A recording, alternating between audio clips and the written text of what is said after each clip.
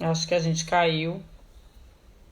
Vamos aqui chamar Jaina novamente. Caiu, Jaina. Já tô entrando aqui novamente. Coisas que acontecem. Pronto, entramos aqui, Jaina. Veja se você recebeu já o convite. Faz parte da tecnologia. Sempre tudo ao vivo vem nisso e que na verdade agora já estava mais fora do planejamento, né? Estava fora do planejamento que a gente caísse, mas aconteceu e agora a gente vai A gente voltar. cai no... Só pegando o gancho da onde a gente, acho que mais ou menos quando terminou, você estava falando sobre a importância do planejamento na duplicidade dos processos emergenciais, né? O que podem acontecer se a gente não tem planejamento. Pode continuar. Exatamente. Então, isso é o que permite com que a gente não apenas administre o tempo em função de resolver o que surge, mas a gente sabendo onde a gente quer chegar. É uma coisa tão grande, tão ampla, que desde quando a gente se forma, nós somos enfermeiras, e o enfermeiro ele aprende o planejamento na sua formação. Eu creio que seja o profissional na área de saúde que melhor é formado para o gerenciamento, né? Como eu Uhum. tenho essa formação de fisioterapia, eu consigo comparar e vejo que na formação de enfermeiro a gente consegue ter esse olhar, né, sobre o que é a gestão de um serviço, sobre o que é a gestão da assistência, e em outras formações talvez a gente não consiga. Então, a minha primeira experiência com planejamento foi na formação como enfermeira, né, na enfermagem, e aquilo ali mudou minha forma de ver. Eu falei, cara, então as coisas não acontecem por acaso. De fato, há um caminho, de fato você diz para onde você quer ir, né, e isso transforma. Tive a experiência de ensinar algumas turmas de estágio supervisionado de enfermagem, bastante de enfermagem, e a gente vê o florescer do enfermeiro no nono semestre. Ele entra um aluno, ele entra um estudante e ele sai um enfermeiro quando ele passa por essa perspectiva do que é o planejamento, de como você pode transformar a realidade. Eu acredito também que o planejamento, ele permita que a gente faça isso, a gente transforma em realidade. Sempre Verdade. eu ouço dizer, quando a gente chega num lugar que está muito enraizado de alguma coisa, né, de alguma cultura, um modo de fazer, as pessoas dizem assim. Sempre foi assim. Só que não tem que ser sempre assim. Pode ser melhor, Exatamente. né? Pode ser diferente. Às vezes está bom, mas pode ser diferente. E esse diferente é algo novo, né? Que promove mudança, que promove melhorias e que mexe com a cabeça da gente para que a gente consiga enxergar possibilidades, né? E eu acredito que não haja outro caminho que não seja através do planejamento. Só que aí tem uma questão.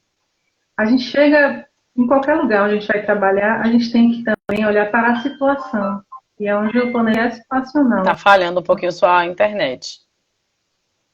Tá me Tá. ouvindo? Oi? Agora tô ouvindo, tô ouvindo. Tá me ouvindo? Aqui tá, aqui tá fluindo. Tá direitinho aí? Tá. Agora tá.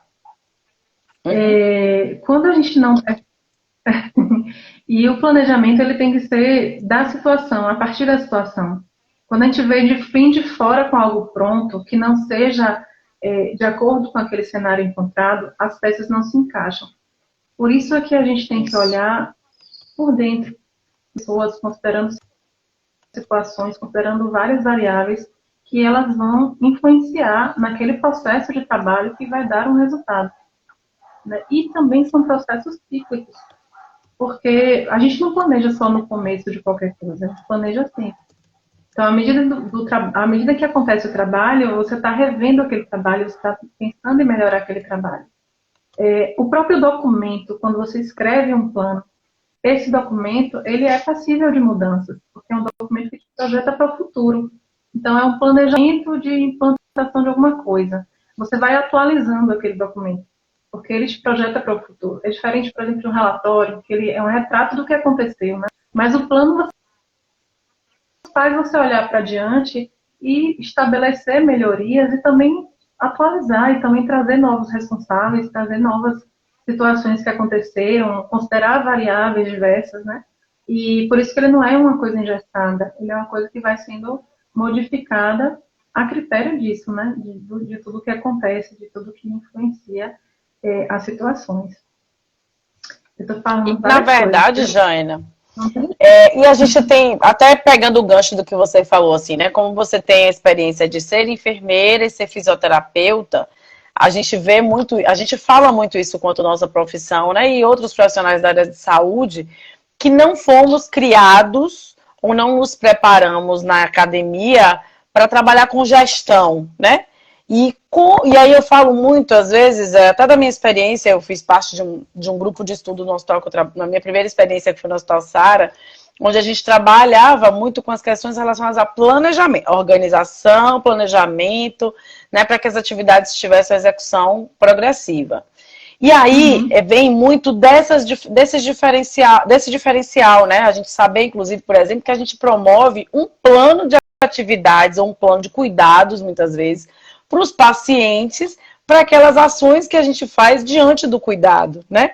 Então, ou seja, que é o que você falou aí agora, o planejamento ele permeia todas as ações, não só na saúde, mas focando na saúde, que é a nossa discussão aqui hoje, ele permeia todo o processo.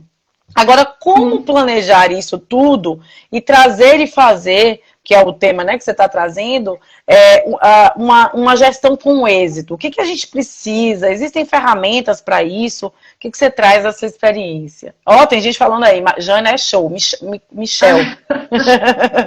É fã-clube, aí é do fã-clube. Vamos todos pro fã-clube. Tô brincando. Veja, é um querido, uma pessoa super competente. É um profissional que trabalha conosco atualmente, parceiraço.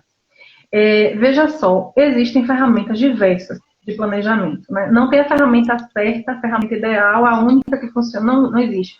Existem ferramentas que você pode utilizar. E aí elas vão ser utilizadas de acordo com o seu contexto de trabalho. Eu estava pensando sobre isso antes da live, eu fiquei pensando, gente, como é que a gente fala de uma coisa que varia, que muda tanto? Por exemplo, se eu for trabalhar com cogestão, a ferramenta que eu for utilizar em cogestão não é a mesma que eu vou utilizar numa gestão que utiliza um triângulo que é estratégico, tático e operacional, por exemplo. Porque eu vou ter uma gestão mais verticalizada aqui e uma mais horizontalizada aqui. Então, eu tenho que compreender também a política institucional, eu tenho que ver o cenário onde eu estou. Essa também é uma variável, que é a política institucional. Por exemplo, que ator eu sou no processo de trabalho? Eu sou da alta gestão, eu tenho esse poder de definir um modelo de gestão, por exemplo. Eu tenho o poder de escolher, eu tive já 2 oportunidades como diretora de unidades hospitalares. Naquelas oportunidades, eu tive a honra e o privilégio de escolher o modelo de gestão que eu iria utilizar naquela unidade. Então, eu escolhi um modelo participativo, horizontalizado. Então, era um modelo próximo da cogestão, porque eu trago as pessoas para se envolverem nos processos de discussão e até de tomada de decisão. Porém, eu posso estar inserida numa instituição que não tenha essa característica e onde eu não seja a atora responsável pela definição do modelo de gestão. Então, eu vou ter que compreender qual é o modelo de gestão daquela ou daquele sistema de saúde ou de gestão, e eu vou ter que me adequar àquilo e compreender a ferramenta que melhor seja pertinente para aquele espaço. Né? Então, isso depende muito do contexto onde você está e do ator que você é e dos outros atores. Porque, às vezes, também, a gente elabora um plano e a gente tem que saber quais são os atores que estão envolvidos naquele plano. Se eu defino uma ação que não é da minha governabilidade, eu tenho que ter um modo de sensibilizar que ele é fora da minha jurisdição. Eu tenho que chegar a esse ator e negociar com ele, já que eu não tenho o poder de definir a ação sozinha, sem ele, no caso. Né?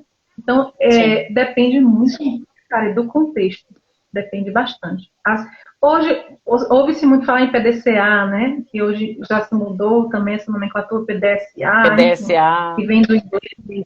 Então, são várias formas de você fazer, de você utilizar para você otimizar o planejamento. Eu nunca larguei a minha velha planilha que eu aprendi na UF, na minha formação de enfermeira. Aquela planilha de identificar a causa do problema e a ação que vai lá na causa. Eu aprendi isso na graduação. Eu nunca abandonei isso, porque eu acho que é uma forma muito simples de você visualizar como você contribui, como você promove uma mudança. Né? E quanto mais simples a ferramenta mais fácil de você ter compreensão e adesão. Porque às vezes a gente elabora uma coisa muito, muito Rebuscada, boa, né? rebuscada, sofisticada, mas que a gente Uhum. ainda não está no amadurecimento institucional que absorva aquela metodologia. Então, às vezes, você fica com ela subutilizada. Ou as pessoas elas ficam travadas naquele processo porque elas não conseguem aderir. Né? Então, assim, isso depende realmente muito do contexto. Muito mesmo. E é lindo. É Meu Deus, sou verdade. apaixonada. Porque é um exercício. Na verdade, a É um gente exercício. eu acho, é isso que eu ia falar, assim, planejar, na verdade, faz parte do exercício do processo desde o início, assim, operacionalmente, seja autogestão, seja média gestão, seja operacional, a gente precisa realmente planejar para que as nossas ações tenham um envolvimento e a estratégia de alcance, né, do objetivo, que é aquilo que a gente quer.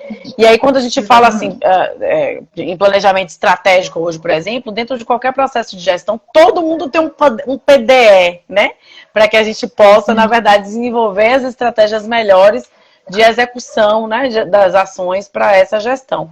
E como você fala aí, Jana, trazendo inclusive algumas atividades ou alguns exemplos da nossa vida acadêmica, seja ela desde a época, né, eu falo muito isso com as minhas filhas. Agora eu estou na universidade, mas quando começaram as suas atividades de escola, hoje algumas escolas trabalham muito isso, já na percepção de trazer o personagem, a pessoa, né, na estratégia de trabalhar esses planejamentos.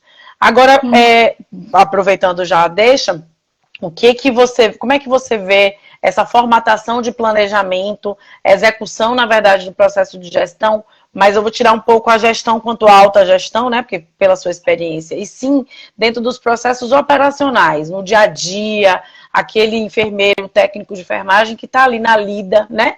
O que ele precisa fazer? Existe planejamento dentro dessas ações? É necessário planejar? Como é que você vê essas ações no processo de trabalho?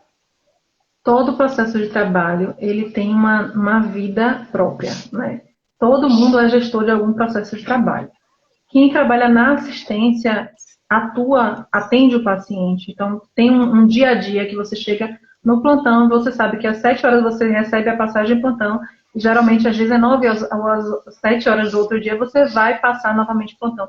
E ao longo dessas 12 ou 24 horas você tem que cumprir atividades. Né? Sejam elas atividades para as quais você é designado, então você está dentro de uma equipe, tem um enfermeiro e você é técnico e tem um enfermeiro designa, você tem que planejar que pacientes você vai atender, que materiais você vai precisar, como você vai dimensionar o seu tempo, o que é prioridade no seu dia de trabalho, né? Então, assim, tá em tudo, né? Se você é da área administrativa, você também tem uma rotina administrativa em que você abre o seu dia de trabalho, você encerra o seu dia de trabalho, tem indicadores, assim, muitas pessoas até podem não conhecer, mas todas as áreas de uma unidade, por exemplo, de saúde, têm indicadores. Então, o interessante é quando a gestão ela demonstra isso para a equipe, mas as pessoas estão a todo momento produzindo informação, enquanto elas produzem cuidado. Então, o resultado daquele cuidado, o resultado daquela rotina é medido por alguém, né? O ideal é quando aquele gestor responsável pela instituição ou pelo grupo, enfim, ou sendo um chefe de equipe, ele traga para a sua equipe quais são os indicadores que a equipe produz. Então, por exemplo, os indicadores de segurança do paciente, né, as metas que a gente tanto fala em segurança do paciente, o risco de queda, o dano que é causado ao paciente, um erro, uma iatrogenia, isso tudo é mensurado. Então, é muito importante quando a equipe também ela se familiariza com isso, que essas informações elas existem e que elas são geridas, né? E qual é o desempenho daquela, como é que está aquele setor em relação àquela informação. Então, de fato, é vinculado de toda maneira, né? É trazido de toda maneira ao profissional, em todos os espaços, né? Ele faz o planejamento. Como enfermeiros, como é que a gente faz quando a gente chega no serviço? A gente faz a gestão da unidade, a gestão da assistência, né? A gente distribui o cuidado, quem é que vai ser cuidado por quem, quais são os equipamentos que estão na unidade, estão funcionando ou não estão, os materiais estão no setor ou não estão. Eu dizia para os meus alunos assim, eu dizia para os meus alunos, só tinha duas regras na minha cartilha. A primeira regra, a vida é soberana, então ela está acima de tudo. Então, acima de qualquer coisa está a vida. Você vai salvar a vida da pessoa. Né? Isso justifica, inclusive, qualquer coisa. É salvar a vida. Então, essa é a primeira regra. E a regra número 2. O bom enfermeiro nunca corre porque está tudo sempre à mão. Então, se você planejou, se você sabe utilizar aquele equipamento, se está tudo no seu devido lugar e você tem a capacidade claro, o conhecimento também está preparado para aquilo, não tem agonia. O pior cenário é uma parada cardíaca. No pior cenário é uma coreografia. Todo mundo sabe o que fazer e onde está. Então não precisa agonia. Quando os alunos, às vezes, eles chegam e ficam um pouco ansiosos na hora de não tem agonia, gente, é uma coreografia. O pior cenário é uma parada que faz isso e isso. O carrinho está aqui. Às vezes o carrinho de emergência está lá lotado, suprido. Aí o aluno vai no outro setor buscar um mambu. O carrinho de emergência está aqui. Ele está suprido, é para a emergência. Então muitas vezes, assim, compreender o que é para quê, né? E utilizar na sua finalidade. Eu acho super interessante, assim, se aplica a tudo, realmente. Se aplica a tudo. É o que Sueli está trazendo aqui, Jânia, falando sobre isso tudo que você colocou, é a gestão do cuidado, né? E isso é muito importante que a gente entenda como promover essa gestão interna, independente das áreas de atuação, seja no setor emergencial, seja no da internação, né? De enfermaria clínica, enfim. Mas eu acho que o ponto, a Aline também está trazendo um ponto aqui bem importante, que até foi pauta da nossa discussão anterior, Aninha, que foi falar sobre as unidades, no caso que você está falando aí, do processo de gestão, do envolvimento das pessoas. Ela coloca que as unidades, quando as unidades são bem administradas, né? Mas por que isso? Porque existe uma dificuldade. Hoje na verdade, um contexto que a gente volta a estar vendo isso mais forte agora. Tinha até melhorado um pouco, mas agora a gente que volta, quer dizer, melhorando um pouco não, que nunca melhorou, mas deu uma intensidade maior agora, acho que por conta da questão da pandemia, os processos assistenciais sendo geridos por pessoas despreparadas e que muitas vezes têm indicação política, né, que não tem essa vivência do que você falou aí, né, que você colocou 3 pontos importantes: conhecimento, vivência, né, e trabalho em equipe na estratégia de desenvolver o melhor cuidado. E às vezes isso acaba atrapalhando mesmo, né? Como é que você vê isso dentro das instituições de saúde, trabalhando inclusive como gestora? Então, eu ia falar sobre um ponto, não quis te interromper, mas você falou uma coisa interessante. A gente hoje vive também uma realidade no serviço público que muitas instituições são terceirizadas, né? E isso é resultado de uma reforma administrativa que houve anos atrás, né, de que permitiu que o serviço público contratualizasse instituições para fazer a gestão do serviço. E isso trouxe um elemento que é o instrumento de contrato de gestão, que é com o que eu trabalho, né? Atualmente eu sou diretora de gestão de contratos, numa organização social. E a finalidade do resultado daquilo que a gente oferece é qualidade. Então, o gestor que contrata a instituição para fazer o serviço, ele contrata com estabelecimento de metas. Você tem metas qualitativas, quantitativas, e você precisa cumprir aquilo, porque o recurso público está indo para essa finalidade, e o cidadão que vai utilizar o serviço, ele tem que receber um serviço de qualidade, né? Então, a gente ouve muito isso também, essa mudança no cenário público. Claro que tem também muitas instituições geridas diretamente, né? Mas nessas que acontecem a gestão por organização social, o desempenho da instituição é medido de uma forma criteriosíssima, né? E se o desempenho não é atingido, a instituição ela começa a ter corte no recurso, ninguém quer isso, né? Então, o resultado ele precisa ser ótimo, né? Então, a gente trabalha sempre nesse sentido de otimizar, de qualificar, de levar, de cumprir a meta, de estabelecer, e não só o que está no contrato. Muitas das melhorias a gente estabelece no nosso contexto de trabalho. A gente se reúne sempre, a gente faz análise crítica e a gente senta para dizer o que mais a gente tem que fazer, porque a gente tem que melhorar mais o quê? Né? O que mais pode ser melhor, o que mais deve ser melhor.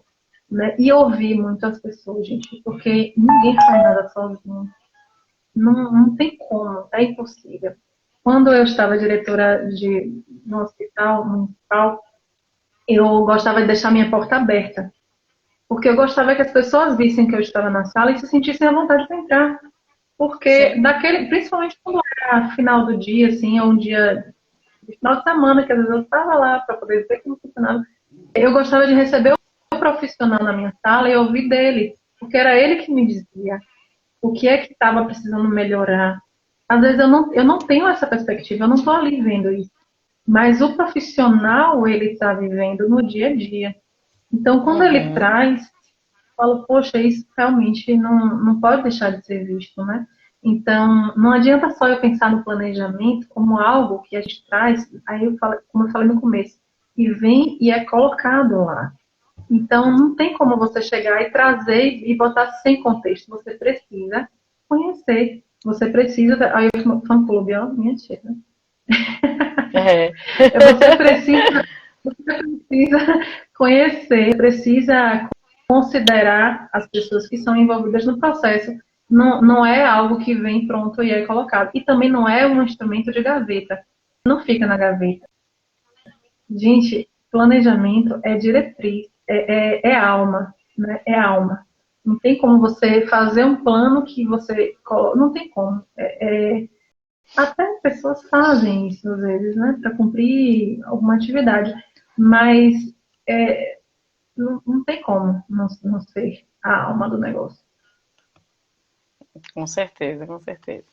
Aí eu queria, na verdade, assim, a gente falou algumas coisas sobre ferramentas, planos, na verdade, estratégicos relacionados à própria assistência, né, dentro do operacional. E aí a Aline está trazendo aqui que quem está na ponta vivencia e sabe o que precisa melhorar e pode opinar sobre as melhorias. Eu acho que esse ponto, Aline, é extremamente importante. Inclusive, dentro das estratégias relacionadas, né, como a gente estava falando do PDE, do planejamento direcionamento estratégico, é importante que a gente faça com que as pessoas, com que o operacional, eu sempre falo, o operacional que é quem está ali na lida, na ponta do dia a dia, participe desse processo em conjunto. Claro que dentro das da confecção do plano estratégico para a instituição, você pode trazer algumas vertentes e deve utilizar muito essas experiências do operacional. Como é que você acha, Jaina, que a gente pode estar passando isso para que eles sejam participativos? Eu trago muito a sua linha aí do que você falou do conceito, né? Como é que a gente pode passar isso? Porque às vezes é mal interpretado, eu acho, né? Que as pessoas não entendem que deveriam realmente fazer parte. Isso. Eu tive a oportunidade de implantar o planejamento estratégico numa fundação estadual. E lá a gente fez uma imersão. E a gente levou para um espaço fora da instituição e a gente fez o seguinte: todos os profissionais que chegavam, independente do seu cargo, eles foram convidados para o planejamento. Quando eles chegaram lá no evento, no momento, eles receberam um crachá com apenas o seu nome, sem o cargo, seu nome, e eles não sabiam, mas atrás tinha uma cor. A gente dividiu em 4 cores. Depois a gente orientou pela cor se juntar no grupo. Misturamos diretores com pessoal, gerente, técnico, higienização, todo mundo. E foi a coisa mais linda. Porque todos os grupos tinham a mesma voz, o mesmo peso. Então, Legal. não era uma decisão do gestor, era uma construção de um grupo. Aí o diretor estava sentado do lado de um profissional que era da sua equipe, mas às vezes ele nunca conheceu, nunca teve o tempo, né, a oportunidade de ter conhecido. Então, a gente construiu de uma forma linda. E tiramos os rótulos, porque o rótulo, ele intimida as pessoas a participarem. Né? Essa foi uma metodologia, na época eu pesquisei algumas metodologias, porque a fundação era muito grande, então uma que fosse mais adequada, mas tem muitas formas. Hoje, na instituição em que eu trabalho, está havendo planejamento estratégico, modo pandemia, porque nós participamos semipresencialmente, mas participamos do processo de construção e são feitas as devolutivas, ele está sendo construído passo a passo. Então, tem várias formas de você conseguir trazer essa percepção e quanto mais a gente ouve, de fato, quem atende, principalmente vou chamar de cliente, mas o usuário, né, quem utiliza o serviço, mais a gente traz a realidade daquilo que precisa Muito ser legal. feito. Verdade, muito legal, inclusive, essa estratégia, porque a gente traz, né, a importância do que a gente fala hoje, da participação, não só do paciente, mas da família. E aí, pegando o gancho que você falou aí agora da pandemia, como trazer esse tema que você colocou para a gente, né? Qual é a importância do planejamento para o êxito da gestão nesse momento da pandemia? Como é que você visualiza? Você teve alguma experiência em relação a isso? O que que você acha, na verdade, da possibilidade da gente manter, né, essas estratégias de planejar perante pandemia? Na verdade, aí é que a gente precisa mesmo, né? Aí é que não pode descontinuar mesmo. Na verdade, a gente precisa rever tudo. Na pandemia, a gente já tem mais de um ano nesse cenário, e foi um ano de muitas incertezas. E aí eu trago aquela fala inicial em que eu disse que o planejamento ele tem que ser revisto sempre, né? Ele é cíclico, então tem variáveis que você não considerava antes. Quem era que considerava que a gente não poderia estar se encontrando, né, com a frequência que a gente desejava? Então a gente precisa realmente rever. Um certo dia eu fui conversar sobre o planejamento de uma atividade numa comunidade e aí eu fiz assim, eu vejo o dia que eu vou visitar. Aí fizeram assim, não precisa que nós nos reunimos por videoconferência. Não precisa se preocupar. Que legal. Aí eu falei, cara, que legal, porque já virou uma realidade.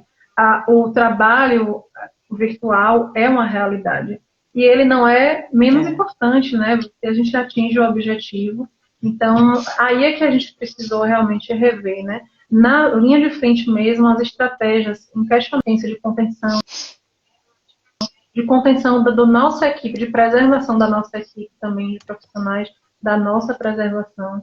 Né? Então, aí foi necessário, cara, mais do que nunca, a gente vê que uma variável que a gente não imaginava que ia acontecer, ela nos trouxe tanto aprendizado e, né, lamentavelmente, Sim. acontecendo, mas frutos e muito aprendizado, muito ensinamento para a gente. Né? Sueli está trazendo aqui que a metodologia Lean preconiza, na verdade, nessas estratégias de planejamento, e é verdade, onde o game, onde a operação acontece. A gente vê, muitas vezes, Jane, algumas pessoas trazem algumas dicas relacionadas ao como planejar, quais seriam os bons pontos de planejamento para cada instituição, né? E a gente sabe que um dos pontos que a gente falou mais ou menos isso, mas só para frisar bem, é que cada instituição, para que a gente possa planejar, as pessoas precisam conhecer qual é a missão, qual o valor e qual a visão daquela instituição, para que a gente possa incorporar e a partir daí trabalhar, né, os seus planejamentos estratégicos e planejamento de uma forma geral dentro dos processos assistenciais. A gente falou, inclusive, das questões de planos de ação, de metas, e esse é um ponto específico, né? Trabalhar as metas e objetivos. Você acha que dentro das instituições públicas, trabalhando um pouco desse viés público-privado, né? Até porque a gente sabe que o privado vem com um conceito de metodologias mais fincadas mesmo, e a gente consegue executar isso. Na sua experiência, não sei se sua experiência pública e privada, para você contar um pouquinho para a gente, o que você vê desse diferencial dessas instituições quanto processos de planejamento, né? De organização mesmo para promover essas ações? Olha, na minha experiência, Kari, eu sempre trabalhei com contratualização, mesmo no público. Eu sou servidora do estado de Sergipe, mas lá em Sergipe, a Legal. Fundação Estado, ela é contratualizada pelo estado, né? Existe um contrato de gestão e a gente trabalha em função do contrato. E de lá para cá, eu vim trabalhando sempre com contrato de gestão, né? Na direção do hospital em um município onde eu trabalhei, na direção do outro hospital em outro município. No momento atual, eu trabalho com contrato de gestão, porque é uma tendência e veio, né, junto com a reforma administrativa lá de 1995. Então, Sim. de fato, isso acaba, como eu disse antes, trazendo uma nova forma de fazer essa oferta de serviço público com esse viés da eficácia, da eficiência, da efetividade, né? E foi o que motivou a reforma administrativa lá na época de 95. A gente vive hoje na oferta de serviço público. Então, o planejamento estratégico, nas vivências que eu tive, nas duas vivências que eu tive, aliás, três vivências que eu tive, não mudou não, é a mesma coisa. É de definir o que é missão, definir o que é visão, quais são os objetivos, os valores, quais são os objetivos estratégicos da instituição perseguir. É mais difícil um pouquinho quando a instituição ela é só pública, digamos assim, porque as pessoas elas se sentem um pouco menos, talvez, motivadas a percorrerem um objetivo, por alguns motivos. Porém, na instituição que é privada, existe um acompanhamento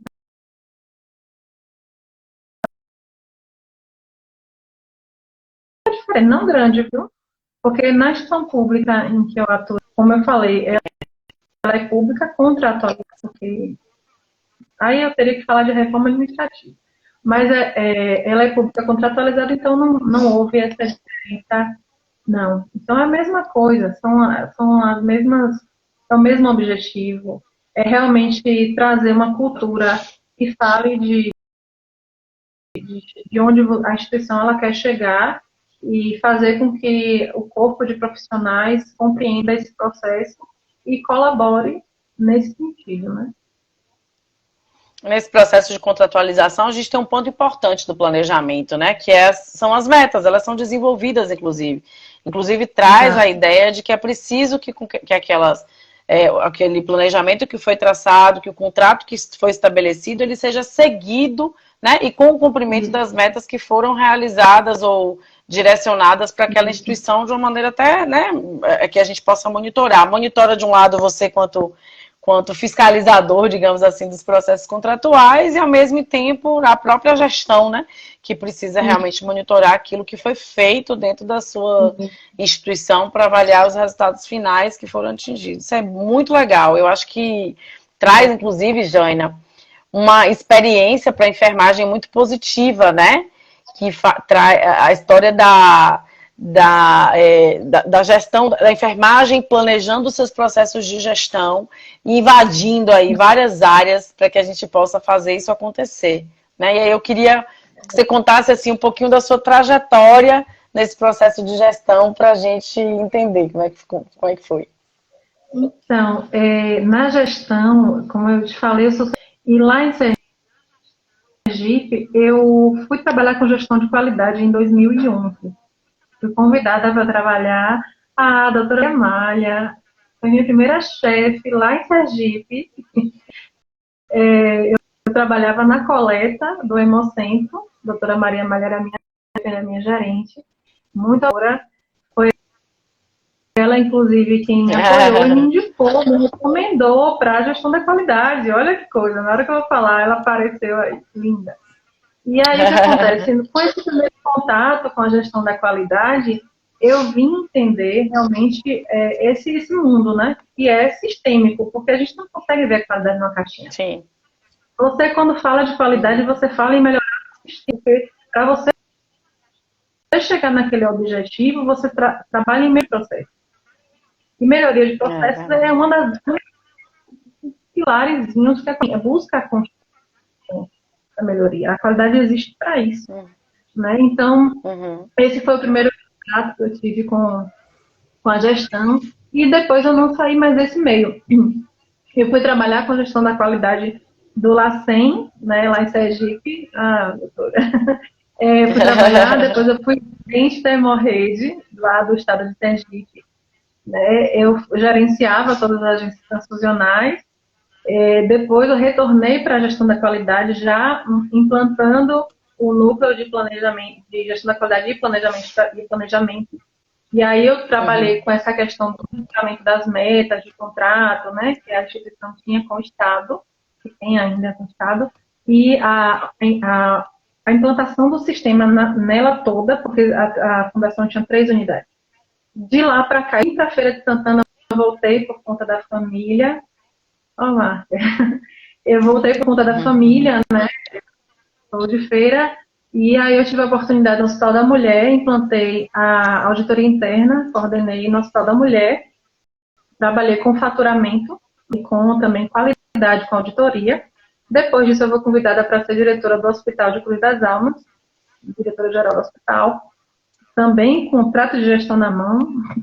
E depois dessa oportunidade, eu fui ser diretora em São Francisco do Conde, regional, né? Você foi do regional. Municipal. E atualmente eu estou na mesma instituição como diretora de gestão de contratos. Então esse foi o caminho. Nesse meio tempo eu fui professora também, fui convidada para ser professora da UNIT lá em Sergipe. Foi onde eu tive o privilégio também de ser professora dos alunos no período de supervisionado do curso de graduação em enfermagem. Eu sou apaixonada por ver esse florescer, que eu acho lindo, e é através de planejamento, minha gente, porque quando o aluno se vê capaz de transformar aquele cenário, ele vê que ele tem poder realmente de mudança, né? E aqui estou. Esse é o E aqui resuminho. está a gestora conversando com a gente. Muito legal, muito legal. Muito Quem bom. entrou aqui na live agora, ela foi quem? Uhum. Ela era sanitária lá em Sergipe, ela me fiscalizava. E ela me convidou para ser professora na UNI, com colegas de longa data, é uma pessoa admirável também. E assim, conhecer pessoas como Terezinha, por exemplo, né, como você, que está sempre mobilizando, trazendo temas incríveis, assim, o seu ânimo em movimentar os assuntos em torno da gestão é algo que eu admiro também e tenho muita Obrigada, a dizer obrigada. isso, né? E eu, cara, que a gente esteja multiplicando Sim, esse ânimo entre as pessoas, porque para que elas vejam que elas podem sempre ser mais, mas não é mais no exatamente. sentido de mais para si, é mais para o mundo mesmo, sabe? É mais para os serviços, é mais para as pessoas, melhorando mesmo, contribuindo com os ambientes. E naturalmente a gente vai sendo chamado para liderar, porque as pessoas precisam de líderes nos espaços, as pessoas precisam de pessoas que tenham compromisso com aquilo, que vejam onde querem chegar, né? Que contribuam. Planejar faz a diferença sempre, né, doutor Ricardo? Doutor Ricardo é diretor técnico, trabalha comigo na Unilha. Você está vendo que eu trouxe fã-clube mesmo, gente? É isso aí, E, muito bem. A melhor parte é isso, trazer todo mundo da gestão e do desenvolvimento, né, do mundo lá, para poder ouvir você falar, porque é o que você acabou de falar aí. É contagiante a gente, né, poder falar, expor e multiplicar sobre planejamento, sobre gestão, sobre qualidade, e fazer parte disso com todo mundo vindo para fazer uma corrente, digamos assim, né, de multiplicações positivas, que é o melhor ainda, né? E trazer essa gestão, Jaina, eu queria ouvir um pouquinho de vocês já para a gente, né, ir finalizando aos poucos. O que você acha que dentro da gestão, dentro das propostas de planejamento, quais seriam os principais benefícios que isso traz para a gestão? Seja ela público-privada, mas no sentido de melhorias, de processos de melhorias internos para a instituição, por exemplo, que você faz. Não sendo só contratual, mas até dentro das questões operacionais mesmo. sim. Cara, uma das coisas que eu acho mais interessantes que o planejamento traz é que a gente faz uma gestão do tempo adequada, sabe? Porque a gente tem que trabalhar, tudo é importante, mas a gente também tem que trabalhar por prioridades, muitas vezes. Então, tem coisa que não pode fugir do nosso campo de visão. Tudo tem que ser feito. Porém, tem coisas que têm que ser feitas com mais urgência, tem coisas que a gente pode dar um prazo maior para que aquilo seja realizado. Tem coisas que podem ser delegadas, tem coisas que não podem. Então, o planejamento, ele dá para a gente ferramentas para que a gente possa administrar as pessoas envolvidas, o tempo, o recurso envolvido e que a gente, por fim, realmente atinja objetivos. Porque não adianta a gente fazer tudo isso e o usuário chegar para ser atendido e não material. Não adianta ele chegar para ser atendido e a pessoa que vai atender não sabe fazer aquele procedimento. Então, ela precisaria estar sendo treinada. Né? Então, assim, o planejamento é para que a gente garanta segurança e qualidade. Para mim, essas são as principais vantagens, né, da gente realmente utilizar o planejamento para fazer gestão. Porque senão a gente vai fazer o quê? Tentativa e erro. E o erro pode... né, que traz um pouco da história do controle da qualidade desses serviços. Então, planejar traz melhoria da qualidade, traz ascensão no nível de eficiência, satisfaz os processos internos de trabalho, satisfaz a segurança do paciente, promove maior segurança do paciente, né, que acaba sendo um facilitador, caracteriza a efetividade clínica, que muitas vezes a gente precisa realmente planejar para que aquilo tudo dê certo. Além, obviamente, a gente não pode deixar de falar em lucratividade, né? Porque muitas vezes a gente sabe que tem algumas situações que se você não planeja, muito pelo contrário, vai dar tudo errado e piora a situação relacionada ao ambiente do trabalho. Jane, eu tô chamando, e aí ele tá dizendo como se você estivesse recusando. Aí, tá saindo como recusa novamente, porque provavelmente deve ser alguma coisa do seu aplicativo. Eu vou finalizar esse vídeo aqui e volto com você só pra gente dar um tchau, tá? Mas, gente, muito obrigada por quem participou aí. Infelizmente, essas questões tecnológicas acontecem. Eu vou finalizar esse vídeo porque é o que vai ficar gravado com a maior parte das atividades que a gente fez aqui. E aí eu vou chamar ela, vou sair e vou chamar novamente, Jaina, você, que a gente vai fazer a finalização daqui dessa live, tá?